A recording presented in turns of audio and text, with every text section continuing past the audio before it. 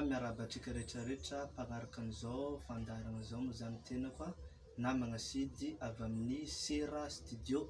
Ka ny fandarana antsika androany dia ny prévision navina ho an'ny bélier na ny alamady amin'ny taona vaovao 2024 satria antsika zao dia katoko ny famaranana ny taona 2024 ka menantsika ny prévision ho an'ny bélier.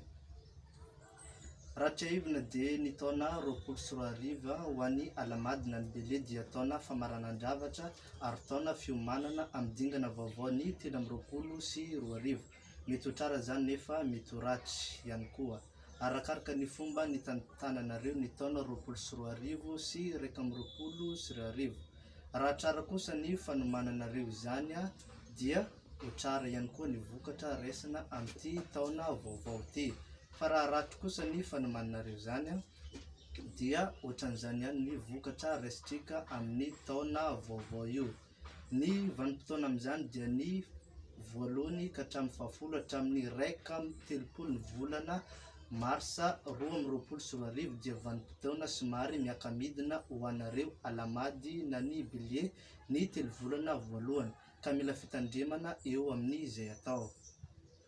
Ny voalohany ka hatramin'ny 12 volana janoary dia anana hery sy tandraka ary somary isosa izay atao ho anareo deuxième décan ka tokony anararoatra izay amin'ny fanatanterana ny zavatra somary mafimafy.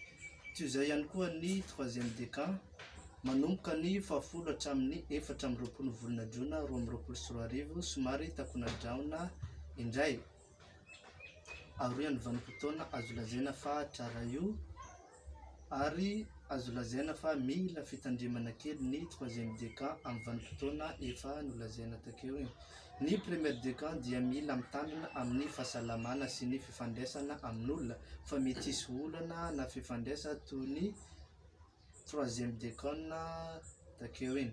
Ny 20 janoary ka hatramin'ny 4 febroary 2024. Ny deuxième décan dia andalo fisedrana toy ny premier décan ihany koa. Ny fahaenina ka hatramin'ny 12 volana febroary 2024 ka ratsy mitandrina dia ahita olana amin'ny resaka voalaza teo iny. Ny troisième décan kosa dia an'ny fahasalamana ihany no mila fitandremana indrindra ho an'izy ireo izay manao asa toy ny mampiasa ny fifamoivoizana na ny asa mpanao fanatanjahantena.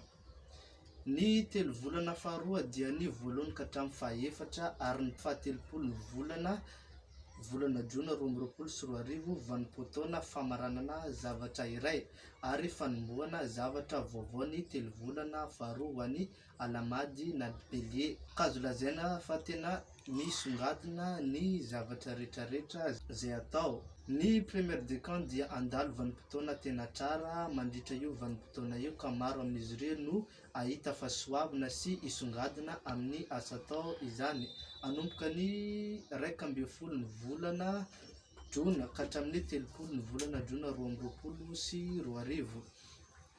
Vanim-potoana toy itony dia natokana anaovana zavatra goavana toy ny fanaovana trano, fananganana asa ary fitadiavana tokotany. Ny deuxième décan kosa dia hery sy mitandraka eo amin'ny zavatra atao no tena misongadina ka ireo izay manararoatra hanatanteraka an'izany dia azo lazaina fa vanim-potoana azo lazaina fa tsara no voalaza teo iny.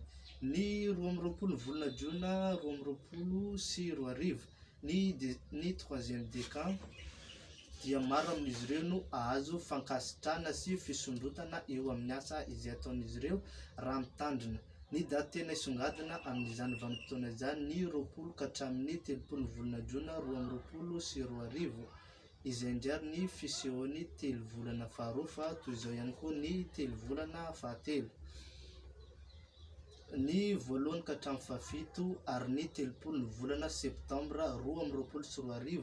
Ny 3 volana fahatelo ho an'ny bélier na ny alamady dia fandraisana vokatry ny ezaka natao nandritra ny 1 volana voalohany ka raha tsara ny zavatra natao dia milamina ny 3 volana fahatelo. Fa raha ratsy kosa ny zavatra natao dia hirodana sy horava ny zavatra izay natao fahatany ho an'izy ireo. Izany dia misongadina amin'ny vanim-potoana ny 9 ka hatramin'ny 20 volana septambra 2024 fitrapana sy fisidrana ho an'ny alamady na ny bélier. Ny deuxième décan koa dia mila manaraka ny fepetra toy ny premier décan. Vanim-potoana mila tandremana amin'izany dia 20 volana septambra sy ny volana oktobra 2024 manontolo. Troisième décan kosa dia miaraka amin'ny hery-tandrika mila ilana ezaka izay atao amin'ny vanim-potoana io satria mandalo fisidrana ny deuxième décan. Atrapa hery sy tandraka amin'izay atao ny volana jolay manontolo ny troisième décan, izay indray nitranga azambara ny 3 volana fahatelo fa izao ihany koa hiditra amin'ny 3 volana fahaefatra amaranantsika anandry. Ny 3 volana fahaefatra farany dia vanim-potoana tetezamita ho an'ny bélier na ny alamady rehetra. Irindra amin'ny fiovana ka ny premier décan no isantatra izany amin'ny fatrapan'izy ireo fa ao amin'izy ireo ny hery sy ny tandraka. Atrapa ihany koa ireo fa miaraka amin'izy ireo ny vintana tsara ka ny zavatra ataon'izy ireo dia mora atao avokoa. Atrapa fanampiana izy ireo amin'ny manodidina azy amin'ny sehatry ny asa sy rehetrarehetra mahakasika an'izany. Ny vanim-potoana azo lazaina fa hitrangan'izany dia ny 1 ny volana desambra 2024 no anomboka izany. Raha anomboka ny fiandohany 13 dia mbola ao anatin'izy ireo ny fahasoavana izay voalaza takeo iny dia izay indray no azo natolotra makasika ny vina 2024 ho an'ny bélier na ny alamady. Karaha tedreriny ianao manokana ianao satria misy ny bélier, misy ny taureau, misy ny gémeaux jusqu'à poisson. Raha tedrery manokana ho anao manokana ny ianao aza misalasala miditra amin'izao groupe zao, dia aza misalasala miditra amin'ny MP na hoe miantso ny laharana izay mipetraka eo ambany io, afaka azahoananay io isan'andro misokatra ho antsika ny Sera Studio. Na miditra amin'ny groupe atsika na miditra amin'ny page na amin'ny YouTube. Isaorako ny Sera Studio na natotosa izao fantaharana atsika izao, zay ary no azambaraka manao mandram-piona atsika rehetrarehetra.